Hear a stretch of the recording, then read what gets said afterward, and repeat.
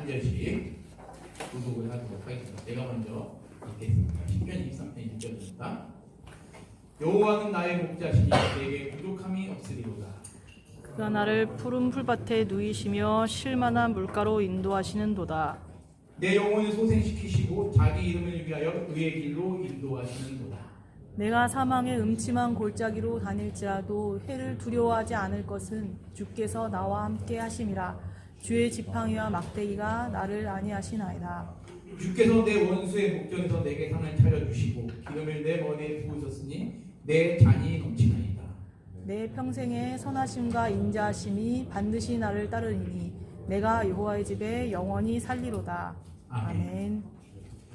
오늘도 이 자리에 오신 여러분들 우리 주님의 이름으로 진심으로 환영하며 축복합니다. 여러분 삶 속에서 우리 하나님의 은혜가 충만하시기를 간절히 기원하고 희망합니다. 오늘 말씀의 제목은 하나님의 자기소개 엄청난 은혜입니다. 라는 제목으로 하나님 말씀을 함께 나누는 시간을 갖도록 하겠습니다. 오늘 우리가 읽었던 이 시편 23편 말씀은 굉장히 유명한 말씀이에요. 시편 다른 성경은 몰라도 이 시편 23편 말씀은 많은 우리 사람들에게 암송이 되어지고 또한 은혜가 되어졌던 그런 말씀입니다. 여기 나오는 모든 말씀은 시편 23편에 있는 모든 말씀은 우리에게 있어서 하나님은 어떤 분이신가라는 것을 아주 짧은 6절밖에 안 되는 말씀이지만 아주 정확하게 어떻게 보면 성경 전체가 다 우리 하나님에 대해서 말씀하고 있는데 그 하나님에 대해서 말씀하고 있는 것을 이 시편 23편 말씀이 전체를 6절로 요약하고 있다. 이렇게 여러분께서 이해해 주셔도 되겠습니다. 여기 23편에 보면 성경을 한번 시편 23편을 찾아보시면 좋을 것 같아요. 한번 시편 23편 찾아보겠습니다. 구약 성경에 보면 818페이지에 있어요. 한번 찾아볼게요. 구약 성경 818페이지를 한번 볼게요. 시편 23편 말씀입니다. 어디 보시면 시편 23가 적혀 있죠, 여러분들? 예. 거기 보시면 그 23이라는 그 숫자 위에 조그맣게 뭐라고 적혀 있어요? 누구의 시라고 적혀 있습니다. 누구의 시라고 적혀 있나요, 혹시? 누구의 시라고 되어 있죠? 예, 다윗의 시라고 되어 있죠. 시편이 총 150편이 있는데 그 중에서 다윗이 쓴 시편이 92편 정도가 다시 다윗 쓴 시고 나머지는 뭐 여러 명의 사람들이 써서 시편이 총 150편의 성경으로 구성되어 있습니다. 근데 여기 보면 다윗의 시라고 되어 있어요. 다윗이 썼다는 건데요. 다윗이 여러분들 아마 뭐 아는 분들은 다 아실 거라 믿어요. 다윗 하면 또 옆에 또 누가 따라 붙죠? 다윗과 골리앗이라고 따라 붙죠. 그 다윗이 맞습니다. 이 다윗이 늘 하나님을 경외하며 하나님 말씀을 따라 살았던 왕이었는데 그렇다고 해서 이 사람이 늘 행복만 있었던 건 아니죠. 때로는 남들의 모함으로 사울 왕의 모함으로 그 수많은 사람들의 시기질투로 인해서 죽을 뻔했던 그런 경험들을 많이 했던 사람이고 여러 가지 고생은 참 많이 했던 사람이죠. 근데 이 사람이 그런 고생과 그런 어떤 삶 속에서의 그런 절망과 낙심에 빠질 때 이 말씀을 이제 기록을 했다는 겁니다. 이 말씀을 보면 무엇인가 다윗이 우리 하나님은 이런 분인데 우리 하나님은 내가 이런 힘듦과 어려움과 원치 않는 슬픔과 고난 속에서도 하나님은 나에게 이런 하나님이 되어주셨다. 하나님 나를 이렇게 도와주시고 나를 이런 삶을 이끌어주시고 나를 지켜주시고 나를 보호해주셨다. 내가 아무리 죽을 것 같은 그런 위험 속에서도 내가 아무리 어떠한 슬픔과 불행 가운데 빠져 있을지라도 우리 하나님은 단 한 번도 나를 접어진 적이 없으시다 라는 말씀이 이 시편 23편에 나와 있습니다. 그렇기 때문에 이 23편에 있는 이 말씀이 저와 여러분들에게도 은혜가 되어주길 바라고 또 여러분에게서도 우리 하나님이 바로 이런 하나님이시다 라는 것을 여러분께서 잘 이렇게 묵상했으면 좋겠다는 생각이 들어요. 먼저 1절부터 한번 보겠습니다. 여호와는 나의 목자시다. 여호와는 나의 목자시다. 여러분 호주에는 어떤 동물이 유명합니까? 혹시 우리 중고등학교 때 세계 지리는 잘했던 우리 형제님들 아시죠? 저는 세계 지리를 되게 좋아했어요. 세계 지리, 한국 지리, 역사, 세계사, 기술, 공업. 제가 되게 좋아했던 과목들이죠. 그래서 세계 지리 하면 너무 제가 재밌었던 그런 게 있습니다. 근데 혹시 여러분들 호주 하면 어떤 동물이 유명한지 아십니까? 호주 하면 캥거루. 캥거루 맞아요. 캥거루. 근데 우리 형제님 이름을 잘 몰라서 죄송합니다. 아주 잘생기셨어요. 이마도 제가 부러워하는 이마시고. 어디 소속이시죠? 경비군대죠. 우리 경비군대 지금 8명이 되게 다소곳이 안 되는 모습. 진짜 몰랐어요. 이렇게. 캥거루인데 지금 제가 캥거루 얘기하려고 한 건 아니었어요. 캥거루도 유명하죠. 캥거루 말고도 유명한 게 뭐냐면 제가 목소리 흉내를 못 내는데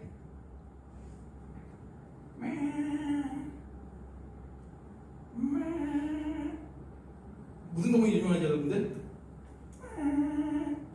제가 흉내를 못 내서 죄송합니다. 양이 유명해요. 양같이 않죠? 죄송합니다. 양이 유명하죠. 양은요 여러분들 호주란 땅덩어리가 이렇게 있잖아요. 호주란 땅덩어리가 제가 그림을 잘 준비 못했는데 호주란 땅덩어리가 되게 크죠. 우리나라의 52배입니다. 그 호주란 땅덩어리의 맨 가에만 양들이 살고 있어요. 근데 양들은요 반드시 그 자리에서 즉사할 수 있는 그 무서운 무기가 있습니다. 양들을 죽일 수 있는 무서운 무기가 이렇게 말을 뭔지 아실 건데 바로 비입니다. 비. 하늘 되는 비. 빗방울 아시죠? 양들은요 그 사람들이 양을 키우는 그런 목동들이 양을 목욕을 시켜요. 근데 목욕을 시키면 양이 안 죽어요. 근데 이상하게 비만 맞으면 양은 죽습니다. 양은 굉장히 그 비에 굉장히 취약한 동물이에요. 그래서 하늘에서 번개가 치거나 비가 내리 징조가 되면 양을 지키는 목동들이 다 양을 다 빨리 재빠르게 우리로 다 모아놨죠. 그 양들이 그 목자를 따라서 아주 신기하게 그 목자를 따라서 일렬로 쭉 이렇게 오는 거예요. 제가 이거를 그 세계지리 시간에 세계지리를 가르치던 선생님에게도 배웠고 또 걸어서 세계 속으로 하고 TV 아시죠? 거기서도 오스트리아의 그 호주의 양들에서 소개를 할 때 양들은 비를 맞으면 안 된다라고 얘기를 하고 있습니다. 양들은 비를 맞으면요 비를 맞자마자 양들은 1분을 못 견디고 그냥 쓰러져요. 그 자리에서 쓰러진답니다. 더 이상 걸을 수가 없대요. 그게 어떠한 이치인지는 모르겠어요. 아주 신비한 이치인데 비를 맞으면 안 된대요. 그러니까 양들이 비를 맞기 전에 어떻게 해서든지 목동들이 양들을 데리고 들어간다는 거예요. 비를 못 맞게 하기 위해서. 양들은 굉장히 약한 동물이에요. 양들은 맹수가 나타나면 양들은 그 느린 걸음을 막 뛰어서 자기 생명을 지키기에 급급합니다. 그만큼 힘이 약한 동물이 바로 양이에요. 근데 우리 성경은요 우리를 저와 여러분을 뭐로 비유를 많이 하면 바로 양들로 비유를 많이 합니다. 우리는 양이다. 근데요 양이 또 어떤 존재냐면 양은요 훈련을 받은 양들은 목동을 쫓아가 잘 왔다 갔다 하지만요 목동들을 막 쫓아다녀요. 오히려 강아지들보다도 더 자기 주인을 잘 쫓아다니죠. 근데 훈련을 못 받은 양들은요 그냥 다 뭐냐면 천방지축입니다. 절벽이 보여도 다른 동물들은요 양이 또 어떤 취약점이냐면요 다른 동물들은요 본능적으로 절벽 앞에 막 뛰어가다가도 절벽이 보면 양들도 사람처럼 덜덜덜 떨어요. 고양이도 떨고 개도 떨고 모두 떨어요. 아까 말씀드렸던 캥거루도 떨고 다 떱니다. 근데 양은 이상하게 천방지축이에요. 그냥 뛰어가다가 절벽이 보여도 가다가 떨어져 죽는 게 바로 양이라는 거예요. 양은 왜 천방지축일 수밖에 없냐면 눈이 안 보입니다. 양은 전방 5m 이상을 볼 수가 없게 되어 있대요. 그만큼 양은요 굉장히 눈도 안 좋죠. 털도 비 맞으면 안 되죠. 굉장히 취약한 동물이 바로 양입니다. 그 양을 성경은 누구랑 비교하냐면 저와 여러분하고 비교한다. 그래서 성경이 어떻게 얘기하냐면 오늘 우리 이 말씀이 나와 있지 않지만 그들은 다 양 같아서 다 각기 제 갈 길로 갔지만 우리는 양 같아서 다 자기가 가고 싶은 방향으로 다 가는 거예요. 다 자기가 가고 싶은 방향으로 가지만 우리 주님이 우리를 우리의 목자가 되어 주셔서 우리를 지켜 주셨다라고 성경은 그렇게 표현하고 있습니다. 그래서 여호와는 나의 목자시니 여러분이 목자는 양과 관련이 있는데 왜 성경은 이 시편 23편 1절은 왜 하나님이 나의 목자인가 라는 거에 대해서 우리가 한번 좀 생각을 해봤으면 좋겠어요. 우리는 하나님께서 목자 되어 주시기 때문에 우리는 살아갈 수가 있다는 얘기를 지금 하고 있는 거예요. 다윗이요. 여러분 그 다윗을 시기 질투하던 그 왕이 있었습니다. 잘 아시는 분들은 아실 거예요. 사울 왕. 사울 왕은 다윗이 자신보다 인기가 많았어요. 여러분 한번 볼게요. 제가 만약에 대통령입니다. 제가 대통령인데 저를 막 국민들이 저를 막 싫어하고 전에 있던 대통령을 막 좋아해요. 전에 있던 대통령이 너무 좋았어. 너무 정치에 잘하고 너무 훌륭했어.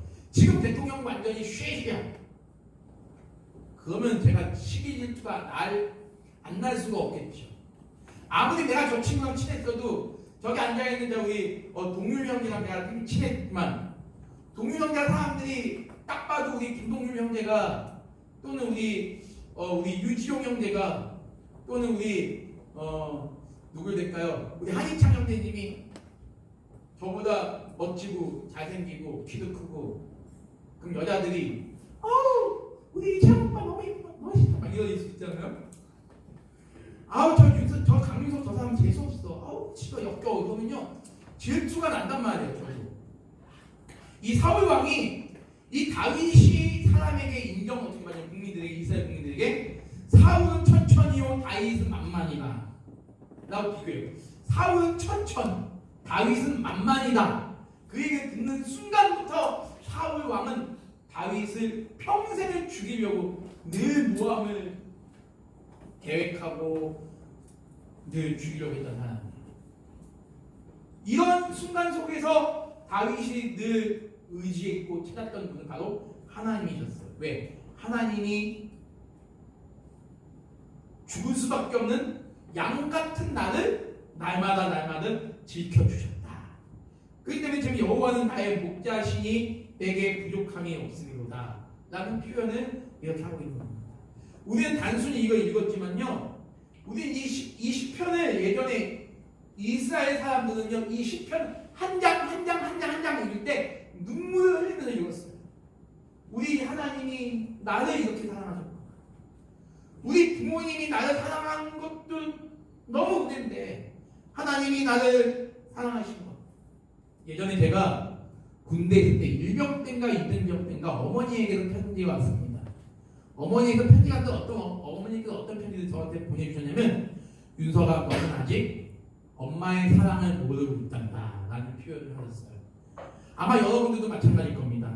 지금 한번 물어볼게요. 여러분이 아버지나 어머니 사랑을 나는 지금 군대 와서 보니까 난 아버지와 어머니의 사랑을 너무나도 난 잘 알고 있다. 뭐 자신 있다면 생각해 보시죠. 여러분들 사랑해주신 부모님의 은혜 난 너무나 깊이 알고 있다. 한번 손들어 보시죠. 그럼 한번 물어볼게요. 여러분들의 부모님이 여러분들 사랑하는 거 알고 계시죠? 예, 알고 계시죠? 근데 그 어머니 아버지의 사랑은 어버이의 은혜를 우리는 노예로 어떻게 배웠습니까? 하늘보다 크고 바다보다도 깊은 부모님의 은혜라고 배운단 말이에요. 제가 근데 그때 엄마가 저희 엄마가 그랬죠. 제가 엄마 사랑해요 라고 하지만 군대 있는 때 엄마의 은혜를 깨닫게 됐어요 라고 얘기하지만 엄마는 편지다 그렇게 쓴다면 윤서가 아직도 너는 엄마의 사랑을 모르고 있단다. 제가 지금 나이가 지금 47입니다. 47인데도 불구하고 아직도 이제 80을 앞에도 저희 어머니 77이거든요. 아버지가 81하고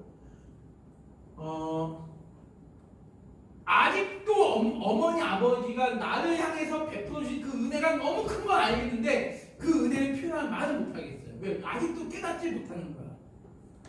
우리 여러분께서 저도 아직 그거를 시간 못했는데 사람들이 그러더라고요. 자식을 낳아보면 부모의 사랑을 안다는 얘기를 합니다. 아직 저희가 자녀는 없어요. 없는데 뭐 알게 될 것 같아요. 이제 부모님 나이가 점점 들면서 힘이 빠지시면서 점점 이렇게 쇠약해지시는 모습을 보면서 그런 부모님이 그냥 조금씩 날 것 같아요. 근데 여러분들이 군대 와서 부모님의 은혜를 조금이라도 알 수 있는 건 바로 뭐냐면 군대에서 대부분 그렇게 된다고 해요. 중고등학교 때까지는 잘 몰랐네요. 근데 군대 오면 그제서 조금이나마 우리 부모님이 나를 사랑했구나 약간 안다고 얘기합니다. 아무튼 우리는 살아생전에 부모님의 은혜를 온전히 알 수가 없어요. 여러분들을 얼마나 사랑하시고 여러분들을 위해서 그렇게 노력하시고 그렇게 했던 부모님의 은혜를 모른단 말이죠. 그와 마찬가지로 우리는 우리의 목자 되시는 하나님의 은혜에 우리는 감당할 수가 없어요. 그러나 이 시편에 읽었던 그 당시 유대인들은 늘 이 시편 23편에 읽을 때마다 하나님의 은혜에 대해서 늘 감격하면서 울면서 이 시편을 읽었다고 합니다. 여호와는 나의 목자시니 내게 불복함이 없으리로다. 그가 하나님이 나를 푸른 풀밭에 누이시며 쉴 만한 물가로 인도하시도다. 다윗 왕은요 기쁘고 행복했던 날보다는 오히려 쫓겨다니고 나를 죽이려고 하는 자기들을 피해 다니느라고요 오히려 밤에 편하게 두 발 벗고 두 발 쭉 펴고 잠자는 날이 오히려 적었던 사람입니다. 근데 그런 사람의 입술에서 이런 고백이 나왔다는 거예요. 그가 나를 푸른 풀밭에 누이시며 쉴 만한 물가로 인도하신다. 왜 이게 가능하느냐? 왜 이게 가능하냐? 바로 믿음이라는 것이기 때문에. 어떤 상황과 어떤 그런 하늘이 무너질 것 같은 땅이 꺼질 것 같은 그런 상황 속에서도 하나님은 반드시 살아계시는 분이다. 하나님은 아니 계신 곳이 없으시다. 하나님은 전능하신 분이시다. 하나님은 광대한 분이시다.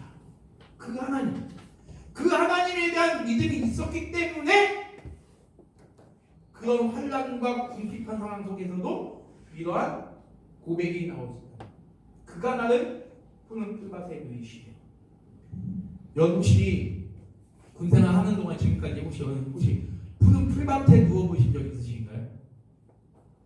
아마 있으시는 분도 계실 겁니다. 제가 그 군대에 있을 때 제가 그 강원도 초원 쪽에 가면 되게 넓은 평야가 있어요. 되게 넓은 평야인데 거기서 행군을 하다가 너무 힘이 드는데 갑자기 자 10분간 휴식 이렇게 외치는 거예요. 그 우리 같이 10분간 휴식 이렇게 외친 거예요. 10분간 휴식하는데 이제 제가 분대장이었어요. 분대장인데 제가 저희 소대원들만 자 모두들 자 여기 풀밭에 누워 그랬어요. 다들 자 군장을 메고 있으니까 군장을 벗으라고 제가 명령을 내린 거예요. 군장 다 벗고 누워.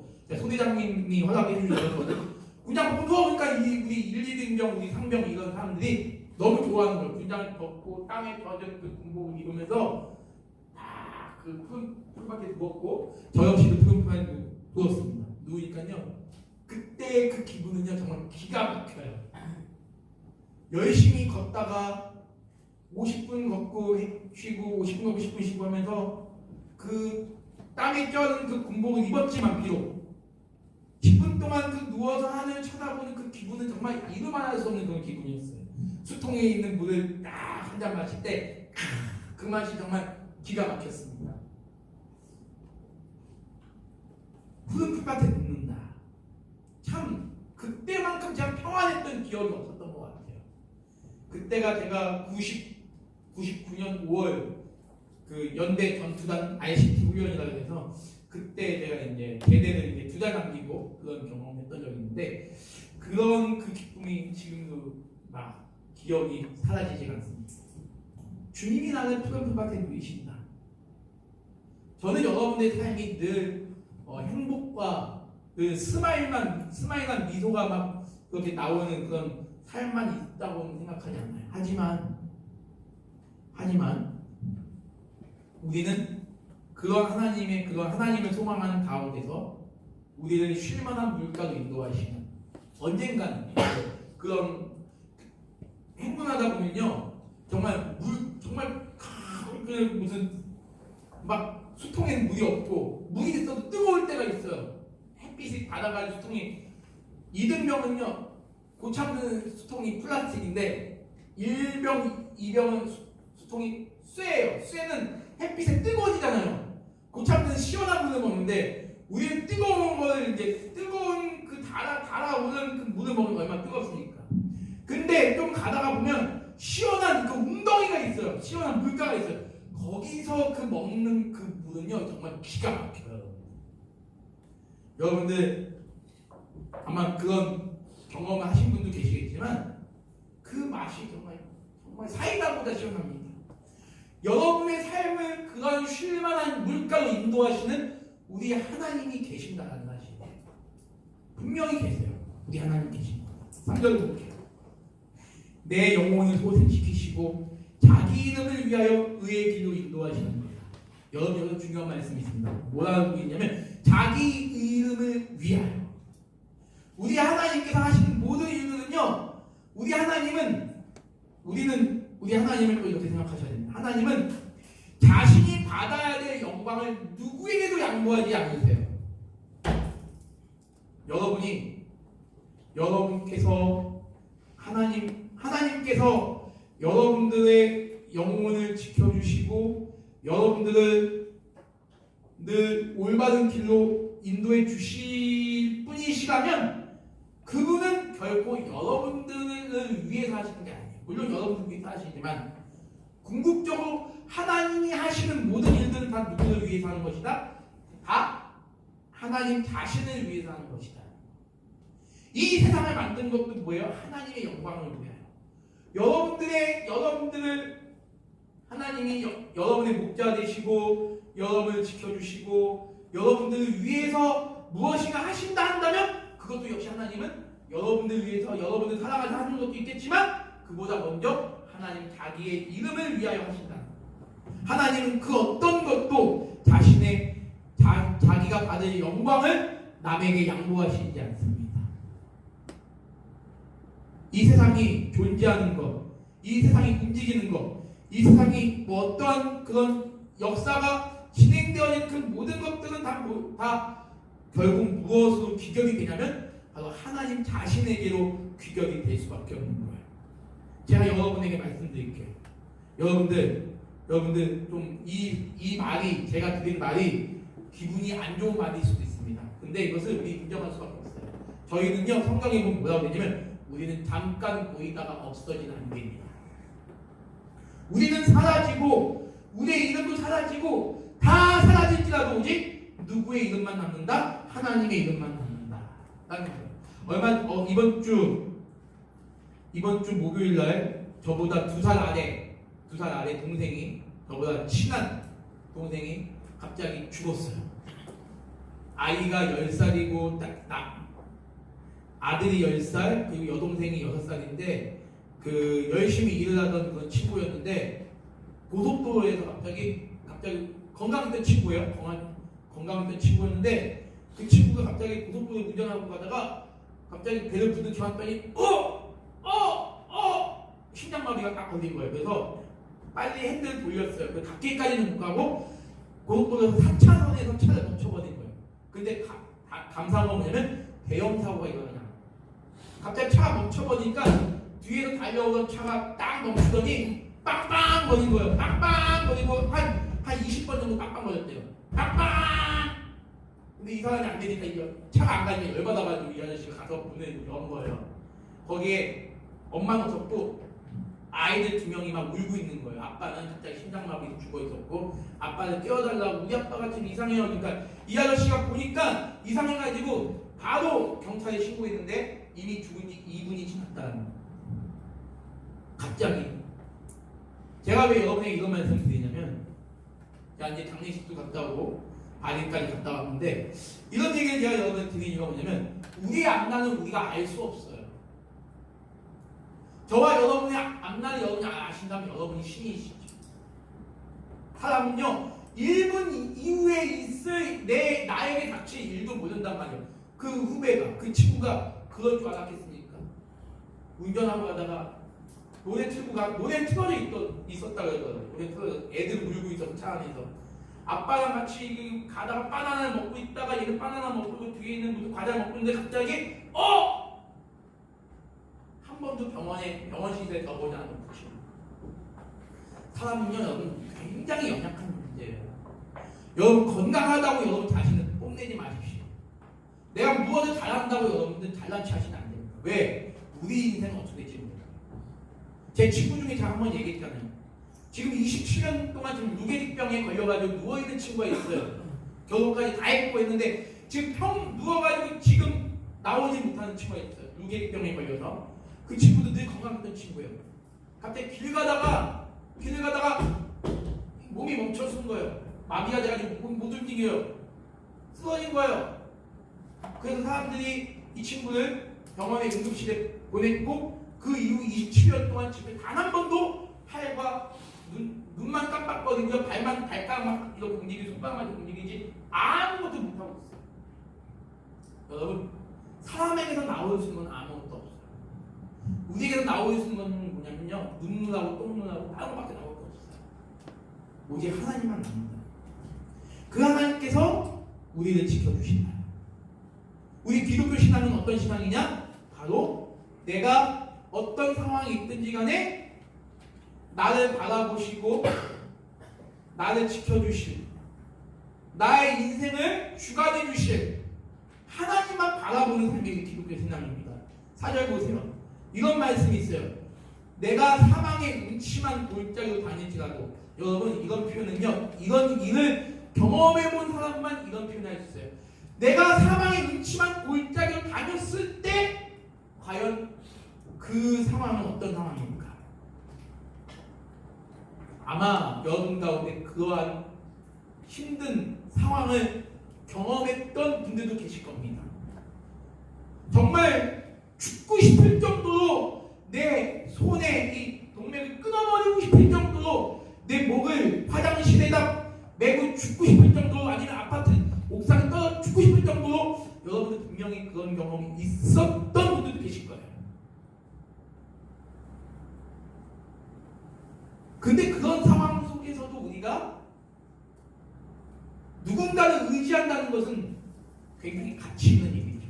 그러나 저는 그것도 가치 있는 일이지만 이왕이면 여러분께서 하나님을 의지하시는 그런 믿음이 있기를 간절히 소망합니다.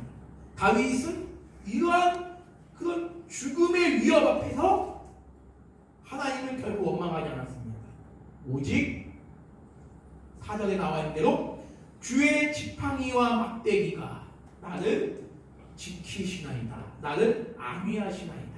그렇게 고백하고 있어요. 그 여러분들 또 이렇게 생각하는 분이 있어요? 나는 이렇게 성실하게 착하게 이렇게 살아가는데 왜 나의 인생의 앞날은 왜 이렇게 어두컴컴하기만 하고 온갖 불의와 온갖 악한 행실을 승승장구하는 사람들은 왜 잘 살아갈까? 라고 생각이 될 때가 있을 겁니다. 근데 여러분 그거 부러워하지 마세요. 저는요 여러분에게 감히 고백합니다. 하나님이 살아계시는 한 그런 자들은 반드시 그들의 결국은 비참이 된다. 멸망이 된다. 오직 뭐예요? 결국에 다윗이 그런 상황 속에서도 끝까지 하나님을 배반하지 않고 하나님을 의지했을 때 결국 5절 말씀대로 주님이 다윗을 향해서 다윗을 죽이려고 했던 그런 수많은 원수들 앞에서 하나님이 다윗을 살리시고 다윗을 회복시키시고 그를 이스라엘에 지금도 이스라엘 사람들이 매우 존경하는 성군이라 그렇게 인정을 받게 하신다는 겁니다. 기름을 내 머리에 부으셨다. 무슨 말이냐면 이건요 기름이 여기서 말하는 기름은요 우리가 먹는 그 기름이 아니라 왕권을 상징합니다. 하나님이 다윗의 머리에 기름을 부었다. 지금은 모르겠네요. 한 50년 전만 해도 이스라엘은요 왕을 대통령을 세울 때 왕을 세울 때 머리에 뭘 바른다? 기름을 바른다. 기름 바른 정도가 아니에요. 기름을 그냥 부어버려요. 그건 뭐냐면 하나님이 너를 우리 이스라엘의 대통령으로 세우셨다 라는 뜻입니다. 하나님이 너를 이스라엘 대통령으로 세우셨다. 지금도 오스트리아는요 황제의 대관식을 할 때 머리에 기름 부어요.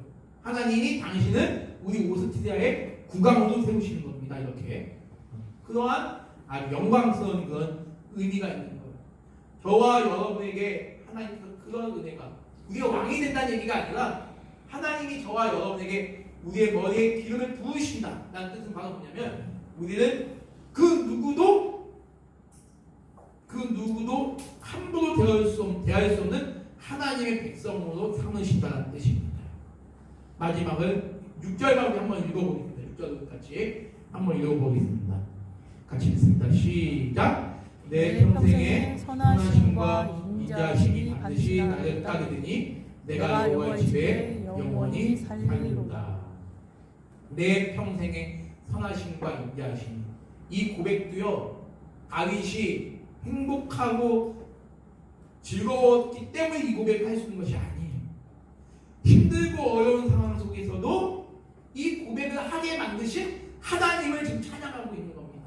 내가 이런 상황 속에서도 내가 하나님이 나를 행복하고 기쁘고 즐거운 길로 인도하시기 때문에 하나님의 선하심을 내가 찬양합니다 하고 하는 것이 아니라 그런 상황 속에서도 나를 그런 찬양으로 고백하게 하신 하나님을 지금 감사하는 마음으로 찬양하는 거예요.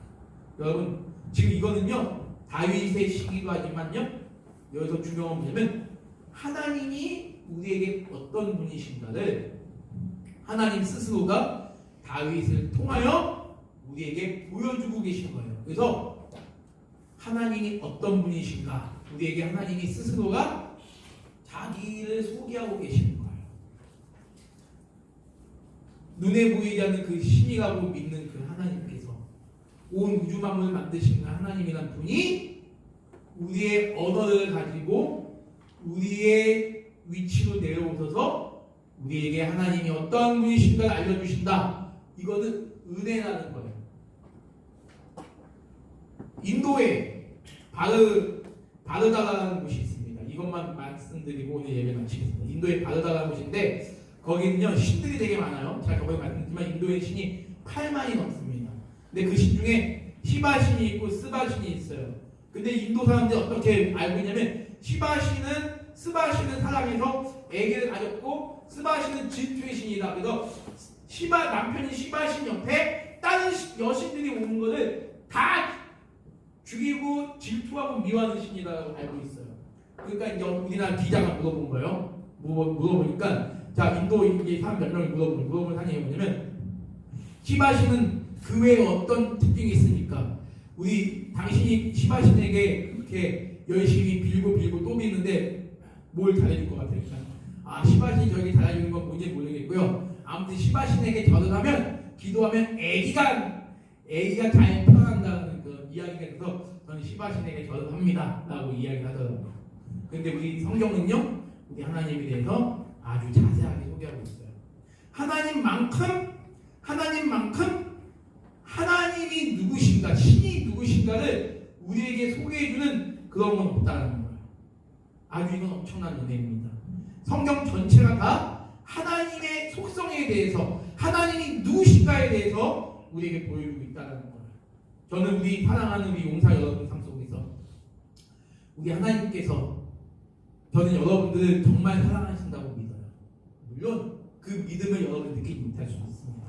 하지만 여러분이 하나님을 인정하지 않고 여러분이 하나님을 못 믿는다 할지라도 우리 하나님이 여러분이 인정하고 여러분을 사랑하신다면 그 하나님이 여러분들을 하나님 택하신 백성으로 택하신 하나님 자녀로 하나님께서 삼으신다면 여러분들은 우리 안에서 결국 빠져나갈 수 없다는 것이 성경의 말씀이에요. 그래서 성경은 양과 같은 우리들에 대해서 하나님이 목자가 되신다라고 우리에게 말씀하고 있습니다. 그런 하나님의 은혜가 저와 여러분 모두에게 있기를 간절히 소망합니다.